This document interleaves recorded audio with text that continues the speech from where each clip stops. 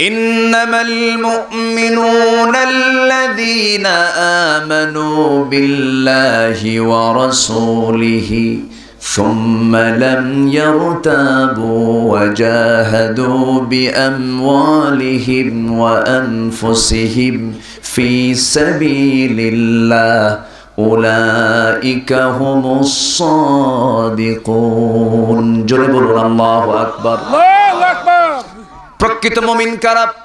এখানে যারা বসে আছে সবাই তো আমরা ঈমান এনেছে, কিন্তু আল্লাহ বলছেন সবাই তো ঈমানদার নয়। প্রকৃত মুমিন হলো যাদের মধ্যে দুইটা কাজ থাকবে।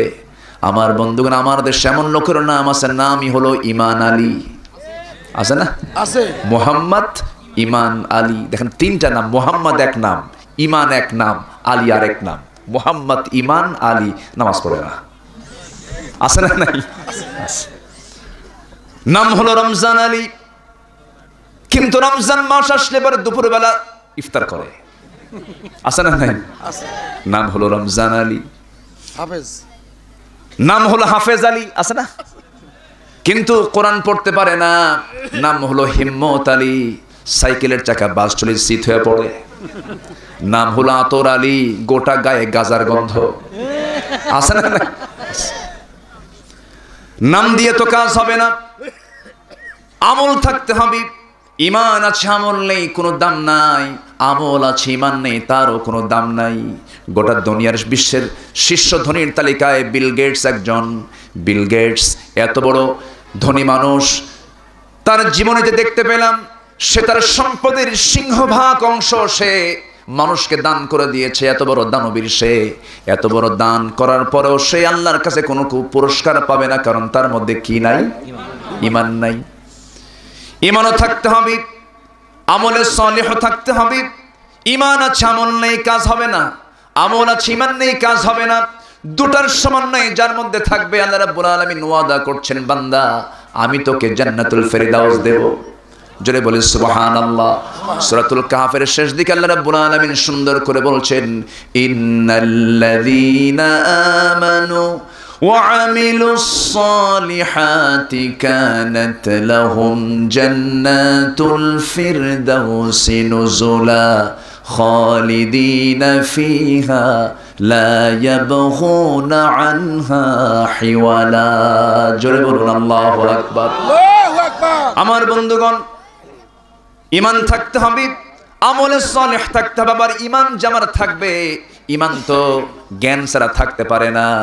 দেখবেন অনেক মূর্খ মানুষ বলে আমি ঈমানদার, কিন্তু মাজার পেলে পরে অস্থির হয়ে যায় সেজদা দেওয়ার জন্য। আশেপাশেও কিন্তু আছে, আমি বলবো না। আছে না? নেই? বলেন।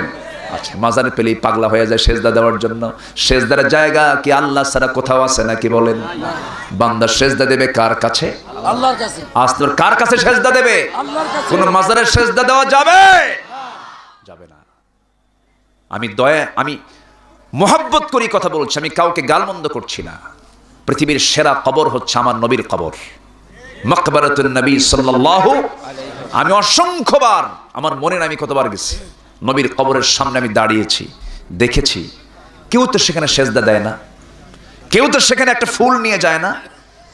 কবরে যদি ফুল দেওয়া জায়েজ হতো, গোটা পৃথিবীর সব ফুল গিয়ে আমার নবীর কবরে জমা হতো।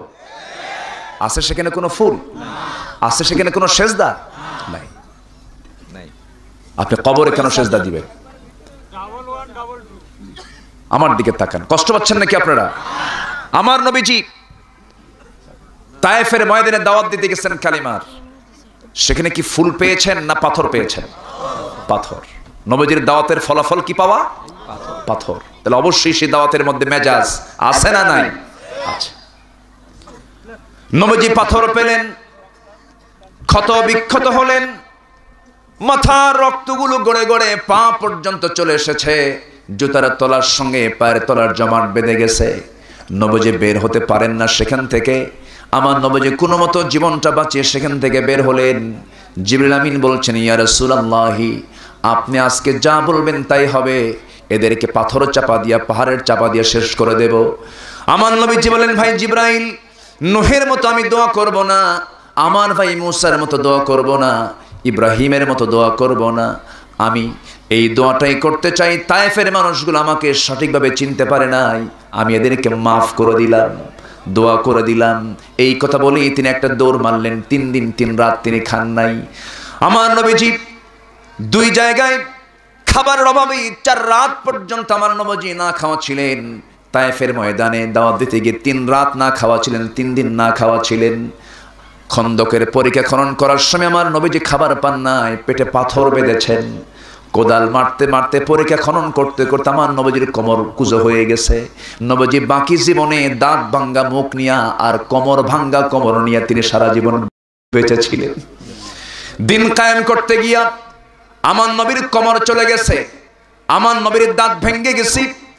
সেই নবীজির উম্মত আমরা দিন কায়েমের সংগ্রাম করতে নিয়ে শুধু নবীজির সহজ সহজ সুন্নত গুলো মানবো, দাঁত ভাঙ্গা সুন্নত মানবো না, কোমর ভাঙ্গা সুন্নত মানবো না। আমার এখনো ভালো করে নবীর উম্মত হওয়া হয় নাই, ঠিক কিনা? তায়েফের ময়দানে আমার নবীজি সেই জায়গা থেকে একটা দৌড় মারলেন। সামনের দিকে যেয়ে দেখেন সেই জায়গায় একটা আঙ্গুর বাগান। সে আঙ্গুর বাগানের মধ্যে ঢুকে পড়লেন। 3 দিন 3 রাত না খাওয়া। আমার নবীজি চিত হয়ে পড়ে গেলেন। নবীজির গায়ে চুল পরিমাণ কোনো শক্তি নাই। এমন সময় ওই তায়েফের ওই খেজুর আঙ্গুর বাগানের একজন কেয়ারটেকার রাসূলকে চিনতে পেরে, রাসূল যে তিনি তার ওই লোকটা চিনতে পারে না, একটা যুবক সেখানে চিত হয়ে পড়ে আছে। সামনের দিকে এসে বলতেছে, যুবক তোমার চেহারা তো মাশাআল্লাহ অনেক সুন্দর, কিন্তু তোমাকে এরকম রক্তাক্ত করে দিল কে? নবীজির মুখ থেকে কোনো আওয়াজ বের হচ্ছে না ক্ষুধার যন্ত্রণায়। আমার নবীজি এমন সময় ওই যুবকের দিকে তাকালেন। যুবকের মধ্যে দয়া মায়া কাজ করলো। এই যে পরিমাণ রক্তগুলো ঝরতেছে, লোকটা মনে হয় মারা যাবে। করলো কি, আঙ্গুর বাগান থেকে কয়েক থোক আঙ্গুর হাতের মধ্যে পেরে নিয়া চিপে চিপে মোটে 1 গ্লাস আঙ্গুর প্রস্তুত করে আমার নবীর সামনে দেওয়া হলো। রাসূল আঙ্গুরের গ্লাসটা হাতের মধ্যে নিলেন, বিসমিল্লাহ বলে পান করলেন। হাতের মধ্যে শক্তি চলে এলো। আমার নবীজি মুস্কি মুস্কি হাসি মারলেন। যুবকের দিকে তাকায় বলছেন, যুবক তোমার নাম তো আদ্দাস। সঙ্গে সঙ্গে লোকটা বলে, চিন্তা করে লোকটা আমার নামটা কেমন করে বললো, কোনোদিন তো দেখা হলো না। সঙ্গে সঙ্গে রাসূল বলছেন, আদ্দাস কি চিন্তা করো? আদ্দাস বলছে, তুমি আমারে চিনলা কেমনে? রাসূল বলছেন, তোমার শুধু নাম জানি না, তোমার গ্রামের নামটাও জানি। আমার গ্রামের বাড়ি কোথায় বলো? নিনোয়া নামক গ্রাম। নিনোয়া তুমি চিনলে কেমনে? রাসূল বলছেন, তুমি যে গ্রামে জন্মগ্রহণ করেছো, একজন বিখ্যাত পয়গম্বর যাকে আল্লাহ তাআলা মাছের পেটে রেখেছিলেন, ইউনূস আলাইহিস সালাতু ওয়াস সালাম, সেই নিনোয়া নামক গ্রামে জন্মগ্রহণ করেছেন। এখন যুবকটা বলতেছে, এত ইতিহাস তোমাকে কে জানালো? রাসূল বলছেন, শোনো, একজন নবীর খবর তার একজন নবীর কাছে থাকতেই পারে। জোরে বলুন সুবহানাল্লাহ। নবীর খবর তো নবীর কাছে থাকতেই পারে। আমার নবীজি এই কথা বলার সঙ্গে সঙ্গেই ওই যুবক আদ্দাস খ্রিস্টানি কায়দায় হাত 2টা সোজা নিয়ে আমার নবীজির 2 পায়ে কদম মোবারকে রেখে তাকে সেজদা দিয়ে ধন্য করবে। এমন সময় রাসূল বললেন, ও যুবক এই দিকে আসো। 2টা হাত শক্ত করে ধরে বুকের সঙ্গে জড়ায় নিলেন। রাসূল বললেন, তুমিও বান্দা আমিও বান্দা, তুমি আল্লাহর গোলাম আমি আল্লাহর গোলাম। ইউহা ইলাইয়া, আমার কাছে ওহী আসে, আনা বাশরুম মিসলুকুম, তোমার মতই আমি মানুষ, শুধু তফাৎ হলো আমার কাছে ওহী আসে, তোমার কাছে ওহী আসে না। বান্দা হয়ে বান্দাকে কখনো সেজদা দেওয়া যাবে না।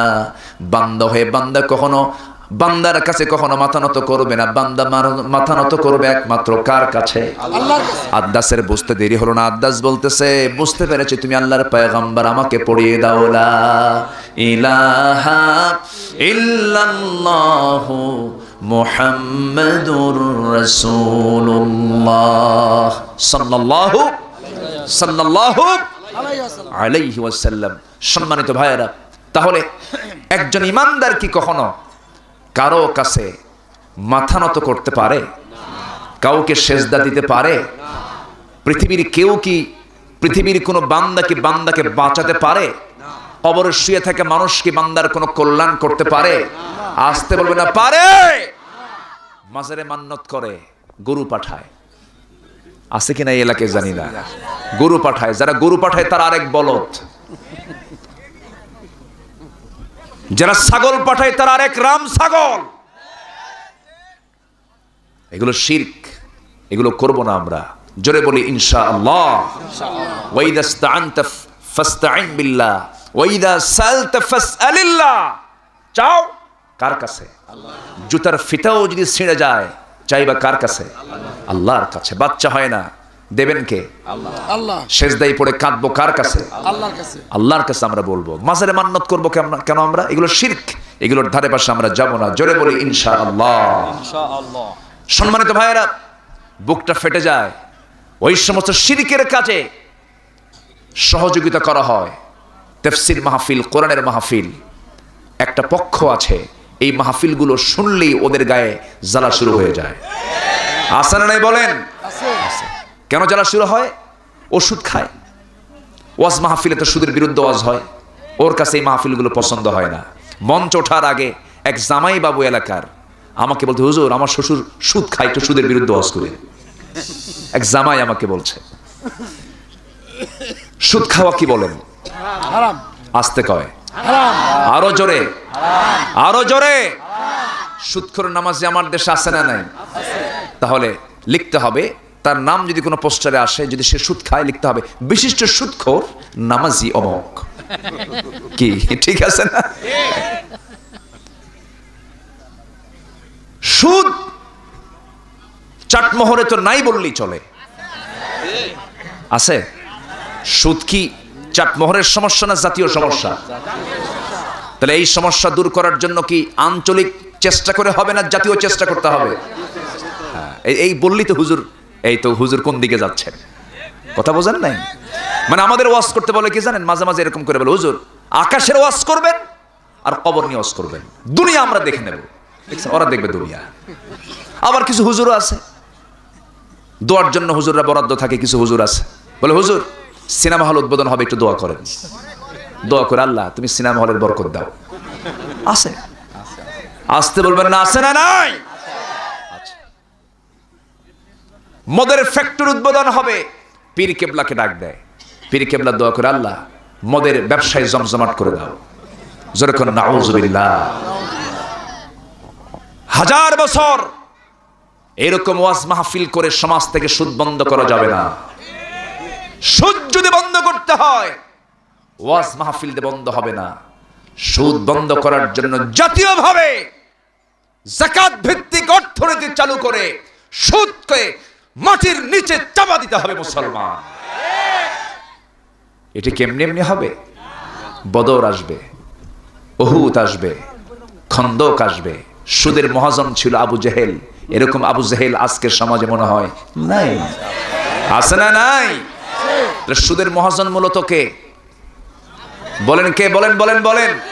সে ফতোয়া দিত, ইন্নাল বাইআ কামিসলির রিবা। আবু জেহেল বলতো যে মুহাম্মদ শোনো, আমরা তো জানি সুদ তো ব্যবসার মতোই। আজকের সমাজেও কিছু লোক কিন্তু বলে সুদ তো ব্যবসার মতোই। দেখছেন কি সুন্দর মিল আবু জেহেলের কথার সাথে। আছে না? আছে না? আছে না? আছে না? আপনারা রাগ করতেছেন নাকি? হুজুর আপনি আবার সুদের দিকে গেলেন কেন? একটু সস্তা আমল দিয়ে জান্নাতে ঢুকায় দেন। এরকম কিন্তু সস্তা আমল দিয়ে জান্নাতে যাওয়ার কিছু ধান্দাবাজ কিছু লোক আছে। আসতে বলবেন না? আছে না নাই? জান্নাত এত সস্তা নয়। জান্নাত পেতে হলে সম্পূর্ণ হারামকে বর্জন করতে হবে, হালাল ধরতে হবে। জান্নাত ক্লিয়ার। জোরে বলেন সুবহানাল্লাহ। এক সাহাবী বলেন, হুজুর এত লম্বা ওয়াজ শুনবো না আমি। এক সাহাবী, আমাকে শর্ট কিছু ওয়াজ দেন, আমি জান্নাতে যেতে চাই, খুব অল্প আমল দিবেন। আমার রাসূল কাউকে হতাশ করতেন না। সহিহ বর্ণনা, একটা হাদিসে আসছে। আমার নবীজি বলেন, তুমি কি করবা বলো? তার মুখ থেকেই তিনি শুনলেন। ওই সাহাবী বলছেন, ইদা সাল্লাইতুল মাকতুবাত, আমি যদি 5 ওয়াক্ত নামাজ পড়ি, অসন্ত রমাদান, আমি যদি রমজান মাসের নামাজটা পড়ি, ওয়া হালালতুল হালালা ওয়া হারামতুল হারাম, হালালকে হালাল জেনে হালাল জীবন গ্রহণ করি, হারামকে হারাম জেনে হারামকে আমি জীবন থেকে বর্জন করে ফেলি, আদখুলুল জান্নাতা ইয়া রাসূলুল্লাহ, এই 4টি কাজের ফলাফলে কি আমি জান্নাত পাবো নাকি? রাসূল বললেন, নাআম, জি, জান্নাতে চলে যাবে। জোরে কোন সুবহানাল্লাহ। জান্নাতে চলে যাবি। আমার নবীজি এমন কথা শোনার পরেই ওই সাহাবী বলছেন, ওয়ালাম আযিদ আলা যালিকা শাইআন, ওয়ালাম আযিদ আলা যালিকা শাইআন, হে রাসূল আমি কখনো এই 4টি কাজের বেশি করব না। রাসূল বলেন, না করলে তোমার সমস্যা নাই, হারামকে ছাড়বে, হালালকে ধরবে, আল্লাহর কাছ থেকে জান্নাতটা বুঝায় নেবে। জোরে কোন সুবহানাল্লাহ। বলেন আমরা কি হারাম ছাড়তে পেরেছি? হারাম ছাড়তে পেরেছি না, আমরা হারামকে ছেড়ে দেব। জোরে বলি ইনশাআল্লাহ। সুদকে না বলবো, সুদকে কি বলবো? না বলে দেব। হারামকে না বলে দেব। বনের সম্পত্তি মেরে খাওয়া কি হালাল না হারাম? এরকম হাজি ভাই নাই? হ্যাঁ বলেন, এরকম হাজি ভাই আছে না নাই? বনের সম্পত্তি মেরে খাইছে, আছে না? আছে না? আছে, কিন্তু মুখে কিন্তু দাড়ি আছে একদম। এবং জুব্বার ভাব দেখে মনে হয় আর টুপির ভাব দেখে মনে হয় যেন সে জান্নাত থেকে ফেরেশতা হয়ে আসছে দুনিয়াতে। আছে না নাই? আচ্ছা, কিন্তু বনের সম্পত্তি মেরে খায়, বনকে সম্পদ বুঝায় দেয় না। বাপ মারা গেছে এক যুগ, বনের সম্পত্তিতে ধান লাগায় খায়, সেই ধান গোলা ভরায়। বোন বাড়িতে এসে যদি চায় ভাই অংশটা বুঝায় দাও, বলে যে তুমি কি বুঝো বোন, একটা কথা বলি কি, অংশ নিলে কিন্তু ধ্বংস হয়। দেখছেন কি ফতুয়া দিল দেখেন। মানে কথাটা শিখায় দিছে ইবলিস। কে শিখাইছে? কম ইবলিস। ইবলিস। তাহলে এই ওহী নাজিল হয়েছে কার থেকে? ইবলিস থেকে। এরকম বদমাইশ বহু আছে। অথচ আল্লাহ তাআলা সম্পত্তি বন্টনের ক্ষেত্রে আগে বলেছেন পুরুষের কথা না নারীর কথা? নারীর কথা। লিযযাকারি মিসলে হাযিল উনসাইন। আগে মেয়ের অংশ মেয়েটাকে বুঝায় দাও। ও অন্যের বাড়িতে থাকে, স্বামীর বাড়িতে থাকে, সে তার অংশ তাকে বুঝায় দিয়া ভাই ভাই বুঝায় নাও। কিন্তু এত বড় কৃপণ ভাইয়েরা, একই মার পেট থেকে জন্ম, বোনকে ঠকায়, সে তো সমাজের মানুষকে ঠকাবে। ঠিক কিনা? যে জাতির অধিকাংশ ব্যক্তি বোনের সম্পত্তি মেরে খায়, তারা দেশের সম্পদ মেরে খেতেই পারে। আমরা দেশকে কি ভালোবাসলাম। স্বাধীন হলো ৭১-এ, আজকে ২০২৩ পেরিয়ে ২৪-এ পড়বে। ৫০-৫২ বছর হলো দেশ স্বাধীন হয়েছে। ফলাফল হলো বিগত ১৫ বছরে লক্ষ লক্ষ কোটি টাকা দেশ থেকে পাচার করা হয়েছে। যারা দেশ থেকে টাকা পাচার করে তারা এই দেশের জাতির দুশমন, দুশমন, দুশমন। তাদের হাতে নেতৃত্ব মানায় না মুসলমান। ওই সমস্ত সৎ নেতৃত্বের বিরুদ্ধে মোকাবেলা করার দরকার আছে না নাই? রাজি আছেন কারা কারা? হাত উঁচু করে দেখান মুসলমান।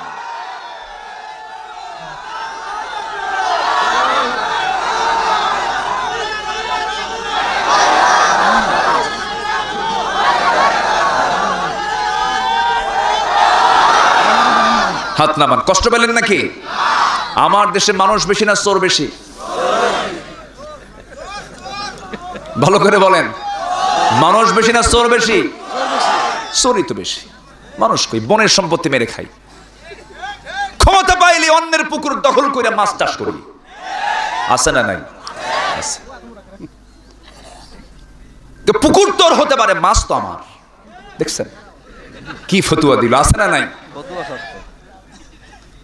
আমার এক বন্ধু ইংল্যান্ডে থাকে, 10 বছর দেশে আসে নাই, দেশে আসছে। এসে দেখে ওর জায়গায় আরেকজন 3তলা বিল্ডিং বানাইছে।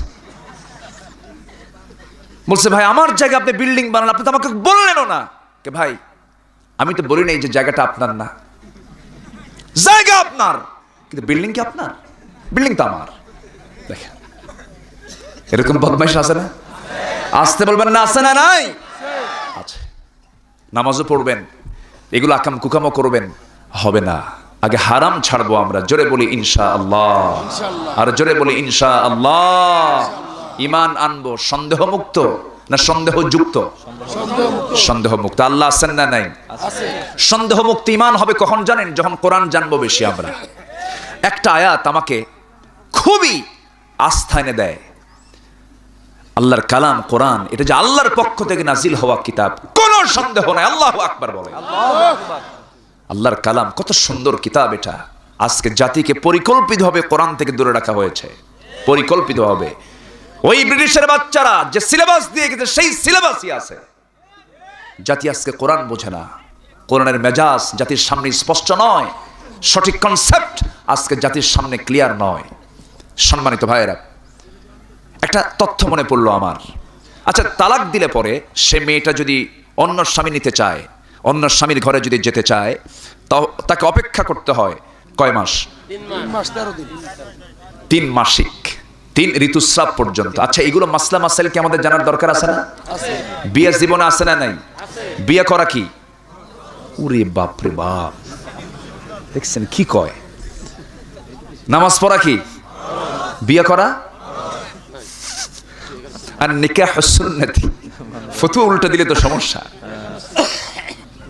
রাসূল বলেছেন বিয়ে হচ্ছে আমার সুন্নাহ, বিয়ে তো কারোর জন্য হারাম। কিছু পুরুষ আছে যাদের বিয়ে করা কি হারাম, বিয়ে করতে পারবে না তারা। শারীরিক যদি কোনো প্রবলেম থাকে বিয়ে করা যাবে না। আবার কারো কারো ক্ষেত্রে বিয়ে করা জরুরি, ফরজ আছে না নাই? আচ্ছা, সবার জন্য নয়।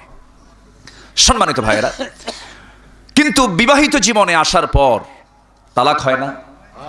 কোরআনে কারীমের একটা সূরার নামই আছে সূরা তালাক। তাহলে গুরুত্ব আছে দেখি তো আল্লাহ তাআলা একটা সূরার নাম দিয়েছেন সূরা তালাক। বিয়ে নামে সূরা নাই, কিন্তু তালাক নামে সূরা আছে। যত মাসলা মাসাইল আছে এর মধ্যে সবচেয়ে জটিল মাসালা মাসাইল কোনটা বলেন তো? তালাক। ঠিক আছে না? তালাকের মাসালা কিন্তু অত্যন্ত জটিল। তো এই তালাক প্রাপ্তা যদি কোনো নারী স্বামীকে অন্য স্বামীকে গ্রহণ করতে চায়, কোরআন বলছে 3 মাস সামথিং, 3 ইদ্যত পর্যন্ত তাকে অপেক্ষা করতে হবে, 3 ঋতুস্রাব পর্যন্ত তাকে দেরি করতে হবে। কেন? এর কারণটা কি?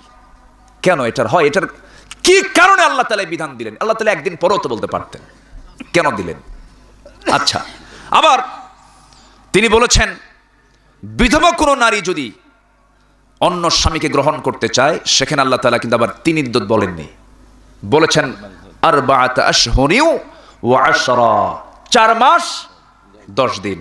10 দিন বাদ দেওয়া যাবে না, 4 মাস 10 দিন। তাহলে এই যে আল্লাহ তাআলা একটা বিশাল বিধান দিয়েছেন, কেন দিলেন? কি জন্য দিলেন? পাশ্চাত্যের কিছু গবেষকরা এই দুটো আয়াতকে রিসার্চ করেছে যে কোরআনে আল্লাহ তাআলা এই বিধানটা কেন দিলেন। এই বিধানটা দেওয়ার কারণটা কি? সবাই মনোযোগ দিয়ে শুনবেন। কোরআন যে আল্লাহর পক্ষ থেকে নাজিল হওয়া কিতাব, আল্লাহ যে বান্দার কল্যাণের জন্য কোরআনটা নাজিল করেছেন। আল্লাহ চান না বান্দার কোনো ক্ষতি হোক, আল্লাহ চান না বান্দার কোনো ক্ষতি হয়ে যাক, সেই জন্য আল্লাহ রাব্বুল আলামিন বিধানগুলো দিয়েছেন। তালাক প্রাপ্ত নারীর জন্য 3 মাস সামথিং, 3 মাস 3 ইদ্যত পর্যন্ত অপেক্ষা করতে হবে। কেন? স্বামী যখন স্ত্রীর সঙ্গে যখন মিলিত হয়ে যায়, স্বামী এবং স্ত্রী, নারী এবং পুরুষ যখন ইন্টারকোর্স করে, স্বামী হলো দেওয়ার জাতি, স্ত্রী হলো নেওয়ার জাতি, রিসিভ করে হলো নারী জাতি।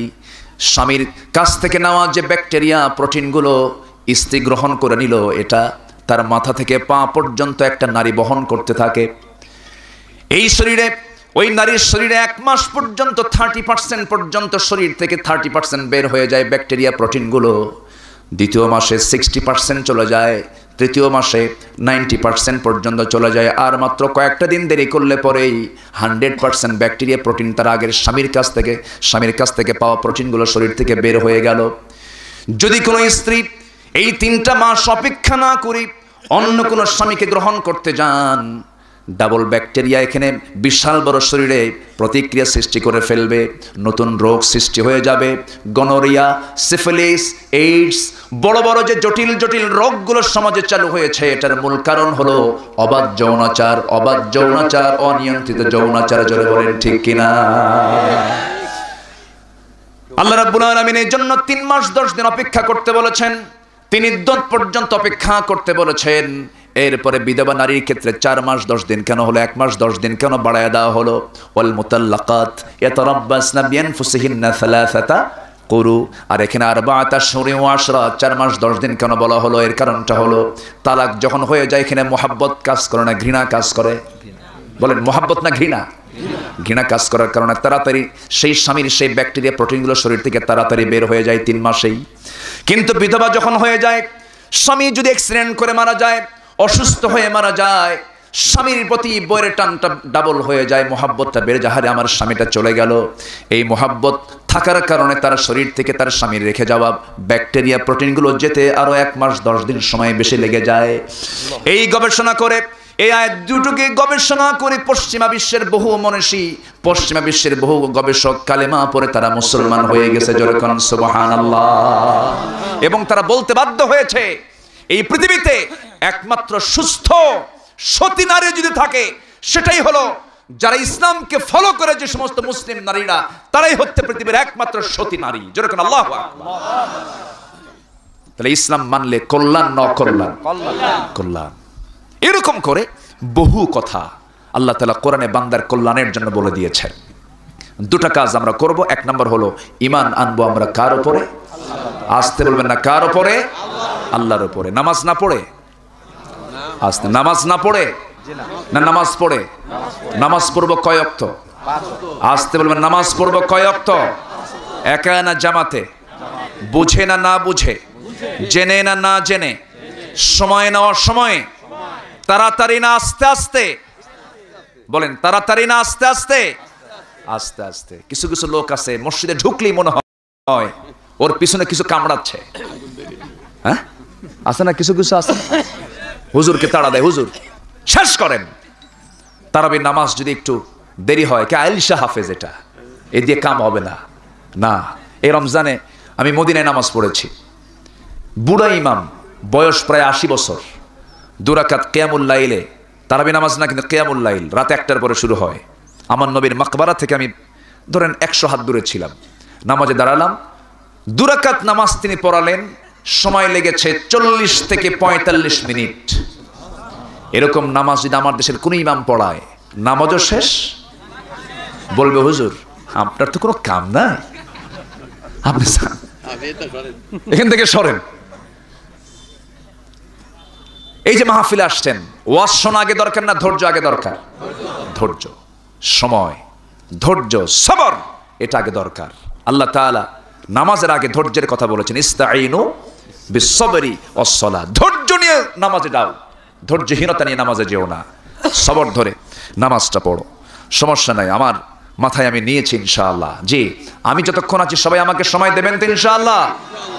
আচ্ছা, 2টা কাজ শিখলে, 2টা কাজ করলে আল্লাহর দফতর থেকে আমরা কি চারিত্রিক সনদ পাবো। আল্লাহ বলবেন আমি সত্যবাদী, জোরে কান সুবহানাল্লাহ।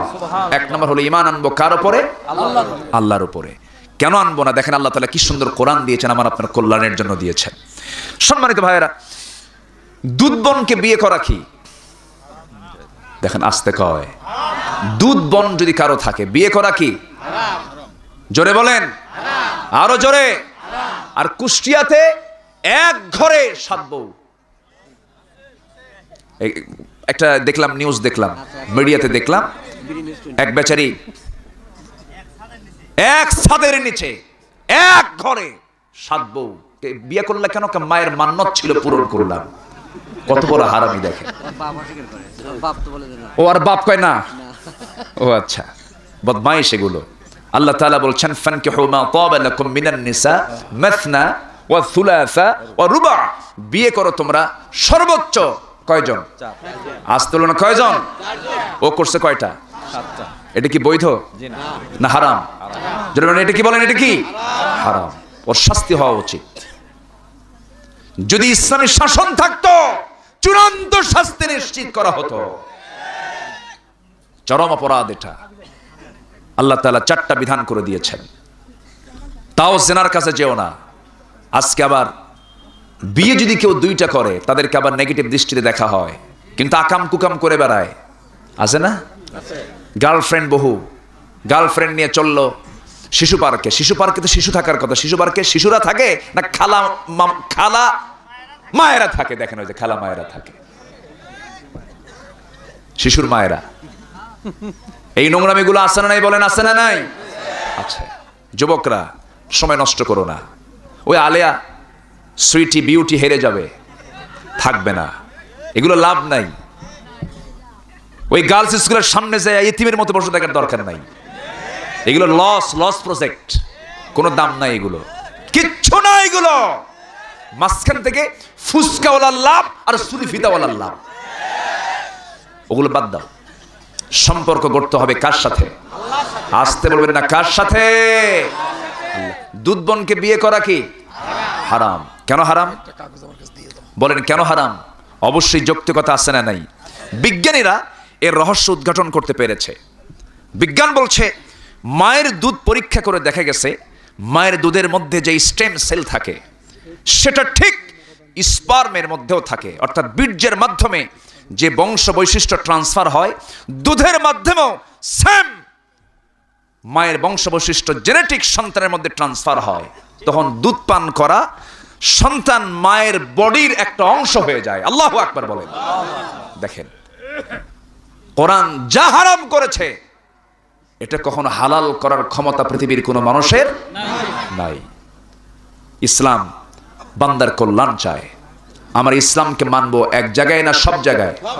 এক জায়গায় না সব জায়গায়? সমাজে চালু হওয়া দরকার বিয়ে না জেনা? বলেন কোনটা বেশি চালু হওয়া দরকার? কিন্তু আজকে সমাজের সহজ কোনটা বলেন? জেনা। যুবকরা এগুলো করো না, বাদ দিয়ে দাও। অন্যায় কোনো কাজের দিকে যাবে না। বিয়ের প্রয়োজন হয়ে যাবি, ফ্যামিলিকে জানিয়ে দেবে, নোংরামি কাজের দিকে যাবে না। আল্লাহ রাব্বুল আলামিন বলছেন, আমি আরশ আযিমের ছায়ায় ওই সমস্ত যুবককে আমি আশ্রয় দেব, আমার ছায়ায় তাদেরকে বসতে দেব যারা এই যৌবনকালটা আমার ইবাদতে কাটিয়ে দিয়েছে। কোন সুন্দরী নারী প্রেমের প্রস্তাব দেওয়ার পরও সে বলে ফেলেছে ইন্নী আখাফুল্লাহ, আমি আল্লাহকে ভয় করি। আল্লাহ বলছেন ওই যুবককে আমি আরশ আযিমের ছায়ায় জায়গা দিয়ে দেব। জোরে বলি সুবহানাল্লাহ। নামাজ পড়তে হবে কয় ওয়াক্ত? 5 ওয়াক্ত। ইমানটাকে কন্ট্রোল করতে হবে, ইমানটাকে বাঁচাতে হবে।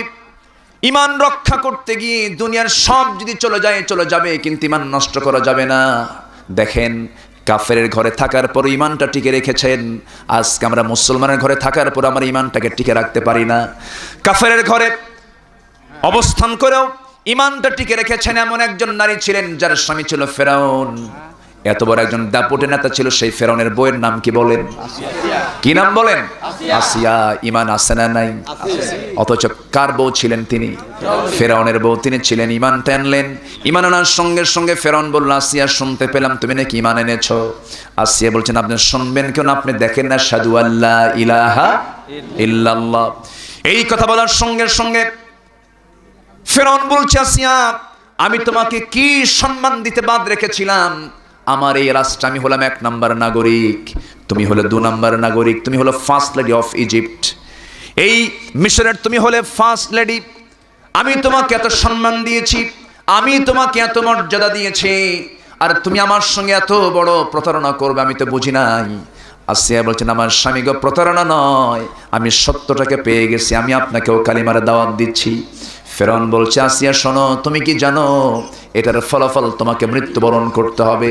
আসিয়া বলছেন, আপনি আমাকে মৃত্যুর ভয় দেখাচ্ছেন, আমার মৃত্যু আমার জন্য আনন্দের সংবাদ, কারণ মৃত্যুবরণ করলেই আমি আল্লাহর সঙ্গে দিদার করতে পারবো। যেরকম সুবহানাল্লাহ। আচ্ছা, চেয়ারম্যান বড় না চেয়ারম্যানের বউ বড়? ভালো করে বলেন। বউ। দেখো তো কি কয় এগুলো, হ্যাঁ? চেয়ারম্যান বড় না চেয়ারম্যানের বউ বড়?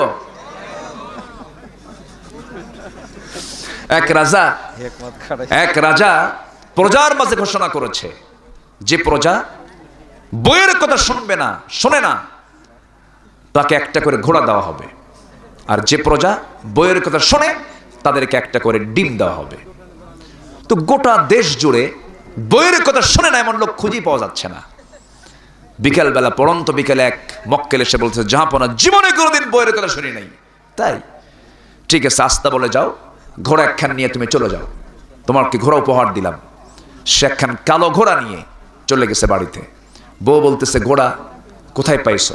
রাজা আমাকে উপহার দিয়েছে। উপহারের ঘোড়া আবার কালো আনছো কেন? কালো কোনো কারাল হলো? কালোটা চেঞ্জ করে লাল ঘোড়া নিয়ে আসো, যাও। আচ্ছা ঠিক আছে। কি কথা কি বুঝতেছেন? চলে গেছে রাজার কাছে। রাজা মশাই, ঘোড়া তো নিয়ে গেছে, কিন্তু ঘোড়া তো কালারে মার খেয়ে গেলাম। কেন, কি হয়েছে? লাল হলে ভালো হয়, কালো ঘোড়া আমি নেব না। কে এই পরামর্শ তোরে দিল? কে? বউ আমার শিখাই দিল। রাজা কয়, ঘোড়া থুইয়া ডিম নিয়ে যা। সন্ধ্যার পর রাজা নিজেই রানীর সামনে দাঁড়ানো। রানী মুস্কি মুস্কি হাসি দেয় আর বলে, রাজা মশাই পাইছেন? এরকম কি পাইলেন যে বান্দা বইয়ের কথা শোনে না? এরকম স্বামী কি পাইছেন? পাইছিলাম একটা, তাও দেখি বইয়ের কথাই শোনে। এখন রানী বলছে, রাজা মশাই শোনেন, খামাখা যারা বইয়ের কথা শুনে তাদেরকে এত ঠকান কি দরকার? একজনকে দেবেন ঘোড়া, আরেকজনকে দেবেন শুধু সিম্পল একটা ডিম, এটা হলো না, ডিমটা চেঞ্জ করে 5 কেজি করে চাউল দেন, কিছু উপকার হবে, কাজটা ঠিক আছে। পরের দিন সকালবেলা মন্ত্রী বৈঠকে রাজামশাই বলতেছে, শোনো, গোটা দেশে ফরমান জারি করে দাও, যাদেরকে ডিম দেওয়া বরাদ্দ ছিল, যারা বইয়ের কথা শোনে, ডিম দেওয়ার জায়গায় ডিম না দিয়ে তাদেরকে 5 কেজি করে চাউল দেওয়া হোক। তৎক্ষণাৎ খাদ্যমন্ত্রী দাঁড়িয়ে বলে, জাহাপনা রাজামশাই, ডিমের জায়গায় চাল দিতে হবে, এই পরামর্শ আপনাকে দিল কে? বউ আমার শেখায় দিল। কথা বোঝেন নাই? তাহলে রাজাও শোনে, প্রজাও শোনে। এখন বলেন, চেয়ারম্যান বলো না চেয়ারম্যানের বউ বলো? আপনার কথাকে মজবুত করার জন্য একটা উদাহরণ দিয়ে দিলাম, যা আছে কপালে। এখন বিষয়টা হলো, আসিয়ার কি সামাজিক মর্যাদা কি ওই সমাজে কম ছিল? আসতে বলবেন না, কম ছিল। ফেরাউনও কম, কোন অংশে কম না, আসিয়াও কিন্তু কোন অংশে কম না। সমস্ত নাগরিক সুবিধা, সামাজিক মর্যাদা সব কিছু পাওয়ার পরেও আসিয়া আলাইহিস সালাতু ওয়াস সালাম বললেন, এই দুনিয়াটা আমার কাছে তুচ্ছ, এই দুনিয়ার কোনো নিয়ামত আমার কাছে স্থায়ী নিয়ামত নয়। আমার স্বামী, আমি আমার দুনিয়ার সমস্ত মান সম্মান সব মাটির সঙ্গে মিশায় দিয়ে আমি আল্লাহর জান্নাতে চলে যেতে চাই। জোরে বলুন সুবহানাল্লাহ, আরো জোরে বলুন সুবহানাল্লাহ। আসিয়া আলাইহিস সালাতু ওয়াস সালাম শেষ পর্যন্ত তিনি ইমানটাকে টিকিয়ে রাখলেন। ফেরাউন বলল, হামান কি করা যায়? হামান বলছে, ফেরাউন শোনো, বুকের শত্রু বড় শত্রুকে দুনিয়া থেকে বিদায় করে দাও। ফেরাউন করলো কি টেকনিক করলো, তাফসীর এসেছে, ফেরাউনের এক দাসী ছিল, সে কালিমা পড়েছিল, সেই দাসীকে ধরে আনা হলো, 2টা হাতের মধ্যে পেরেক ঢুকালো, 2টা পায়ের মধ্যে পেরেক ঢুকালো, ঢুকায় একটা করে অঙ্গ কেটে ফেলে দেয়, আর বলে, তুই ইসলাম ছাড়বি কিনা বল। দাসী বলছে, আমি জান্নাতের গন্ধ পাচ্ছি। আসিয়ার সামনে দাসীকে শহীদ করে দেওয়া হলো। এবার বলা হলো, আসিয়া, এর চাইতো লোমহর্ষক কায়দায় তোকেও দুনিয়া থেকে বিদায় করব। আসিয়া বলছেন, স্বামী আমার শোনেন, এই দুনিয়ার সব কিছু ছাড়বো, আমি সংসার ছাড়বো, পরিবার ছাড়বো, স্বামী ছাড়বো, দুনিয়ার সমস্ত মায়া মোহাব্বত ছাড়বো, আল্লাহকে মোহাব্বত করতে গিয়া আমার মনে হয় আমার মৃত্যু ঘনিয়ে এসেছে, কারণ আমি আমার নাকের মধ্যে জান্নাতের ঘ্রাণ পেতেছি। জোরে করুন সুবহানাল্লাহ। আসিয়া আলাইহিস সালাতু ওয়াস সালাম শেষ পর্যন্ত করলেন কি, অনড় থাকলেন। ইন্নাল্লাযীনা ক্বালু রাব্বুনাল্লাহু সুম্মা ইসতাকামু, ইস্তেকামাত থাকলেন, টিকে থাকলেন, ঝরে পড়লেন না, ইমানটাকে অনড় রাখলেন। শেষ পর্যন্ত করা হলো, করাত নিয়ে আসা হলো, কপালে যখন করাতটা ঠেকিয়ে দেওয়া হলো, আসিয়া আলাইহিস সালাতু ওয়াস সালামের একদম নাকের ডগায় তার মৃত্যু চলে এসেছে। এমন সময় তিনি একটা দোয়া পড়েছেন, সেই দোয়াটা আল্লাহর কাছে এত পছন্দনীয় হয়েছে, আল্লাহ বলছেন, ও দুনিয়ার মানুষ, আমার আসিয়ার দোয়া আমার কাছে খুব পছন্দ হয়েছে, আমি কোরআনে সেই দোয়াটা ঢুকায় দিলাম। কোরআনে আসিয়ার দোয়া আছে না নাই বলে? নবীদের দোয়া আছে।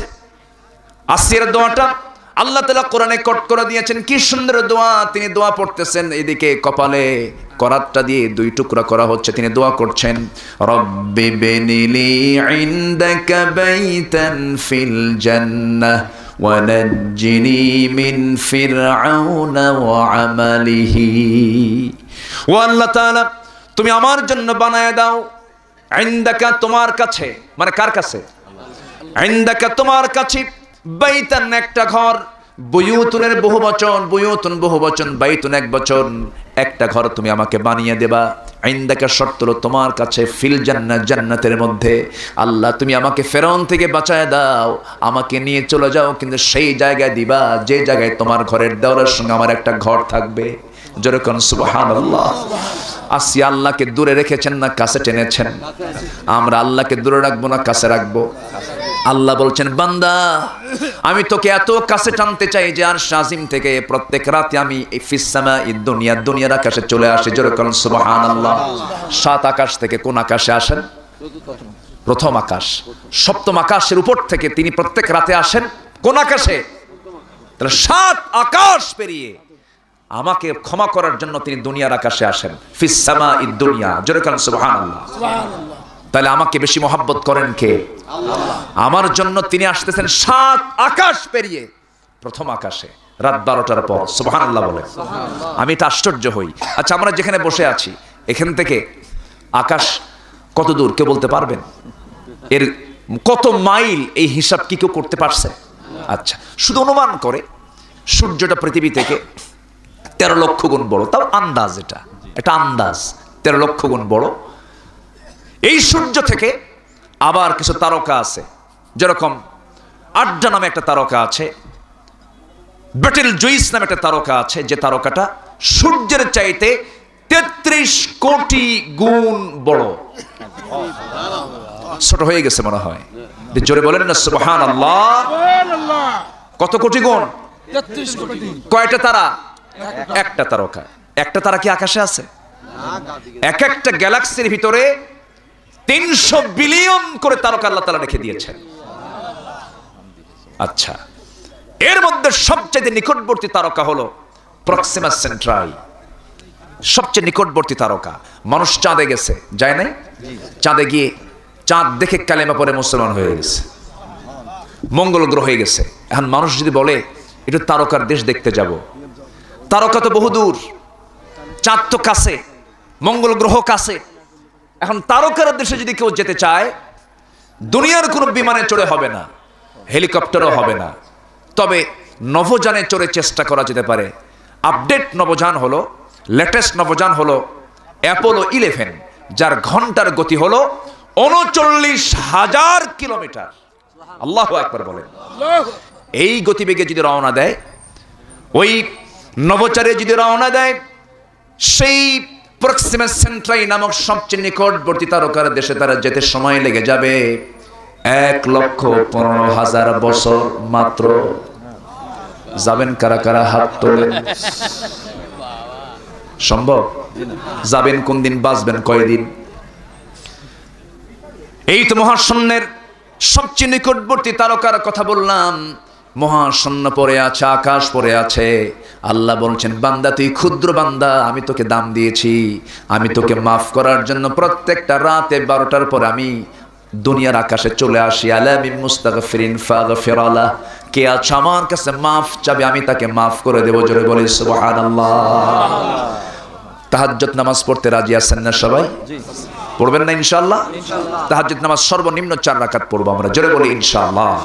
ফজর পড়বেন কারা কারা? একটু হাত তুলে দেখেন তো ফজর নামাজ। জোরে বলি ইয়া আল্লাহ, আরো জোরে ইয়া আল্লাহ। আমাদেরকে ফজর, জোহর, আসর, মাগরিব, ইশা 5 ওয়াক্ত সালাত আদায় করার তৌফিক তুমি আল্লাহ দিয়া দাও। জোরে বলি আমিন, আরো জোরে আমিন। মা বোনদের নামাজ পড়ার দরকার আছে না নাই? সাথে পর্দা, সাথে কি বলেন? পর্দা। সুন্দর চেহারাকে স্বামী ছাড়া কাউকে দেখানো যাবে না। 14 জন পুরুষ ছাড়া কারোর সঙ্গে দেখা করা জায়েজ নাই। আল্লাহ তুমি বোঝার তৌফিক দাও। জোরে বলি আমিন। আমি কিন্তু উঠতে বলি নাই। এই যে এই বসেন, মাহফিলে, কোরআনের মাহফিলে এসে যদি কেউ একটু বেয়াদবি করে, আল্লাহ যদি এটাকে নিয়ে নেন যে এটা বেয়াদবি, মাফ আছে? মাফ কিন্তু নাই। কোরআনের মাহফিল কিন্তু এটা, কেউ উঠবেন না। আমরা নামাজ পড়ি নাই, ফরজ কাজ এখনো বাদ আছে, সব দিকে খেয়াল করব। যদি 10টাও নামাজ পড়া হয় কোনো অসুবিধা হবে না। বাস আমি কিন্তু বলে দিচ্ছি। বসেন। এই মাহফিল সফল করার দায়িত্ব কার? আল্লাহরই দিয়ে দিলেন দায়িত্ব এখন 1 নম্বরে। বলে আপনি যদি মাহফিলে না থাকেন, মাহফিল সফল হবে? থাকতে হবে। মাহফিল শুরু হয়েছে না আহমদহু দিয়ে, শেষ হবে দোয়া দিয়ে। জোরে বলি ইনশাআল্লাহ। আমি শেষ দোয়া করব না, আমার পরে আমার আব্দুল হান্নান ভাই কই? হ্যাঁ, আব্দুল হান্নান ভাই আছে না? আছে। আব্দুল হান্নান ভাই, আমার মুখে দাড়ি নাই তেমন, ওনার মুখে একদম মুখ ভরা দাড়ি, সুন্দর চেহারা, খুব সুন্দর। তিনি তার নিজের কোনো কথা বলবেন না, কোরআন থেকে কথা বলবেন। আমার পরে আবার আলোচনা হবে, কথা হবে, দোয়া হবে, এরপর আমরা এখান থেকে বিদায় নেব। জোরে বলি ইনশাআল্লাহ। এমন সিদ্ধান্ত কি নেওয়া যায় না? নেওয়া যায় কিনা বলেন? একটু আমি আপনাদেরকে বলতে চাই, মাহফিলটা হচ্ছে মসজিদের উন্নয়ন কল্পে। আমি নিজে দেখে এসেছি, কলাম উঠে গেছে, খুঁটি উঠছে, কিন্তু ছাদ নাই, না ছাদ নাই। আমি সবার কাছে একটু উদাত্ত আহ্বান জানাবো, এতগুলো মানুষ আসছেন, প্রত্যেকে যদি গড়ে জন প্রতি 100 টাকা করে যদি দেন, 100 টাকা আল্লাহকে দেব আমরা। কাকে দেব আমরা বলেন তো? আল্লাহকে। গড়ে অনেকে 500 দিতে পারবেন, 1000 দিতে পারবেন। গড়ে যদি 100 টাকা করে দেন, আমার মনে হয় একটা বিশাল উপকার হবে আল্লাহর ঘরের জন্য। আল্লাহ বলছেন তুমি আমাকে ঘর বানায় দিবা, আমি তোমাকে জান্নাতে ঘর বানায় দেব। জোরে কোন সুবহানাল্লাহ। এটা কার ওয়াদা? আল্লাহর ওয়াদা। আসতে বলবেন না, কার ওয়াদা? আল্লাহর ওয়াদা। জান্নাতে কি আমরা একটা ঘর নেব না ইনশাআল্লাহ?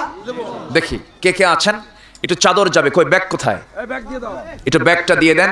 কেউ উঠবেন না, যিনি উঠবেন তিনি প্রথম ভুলটা করে ফেলবেন। এই ভুলটা আমরা কেউ করব না।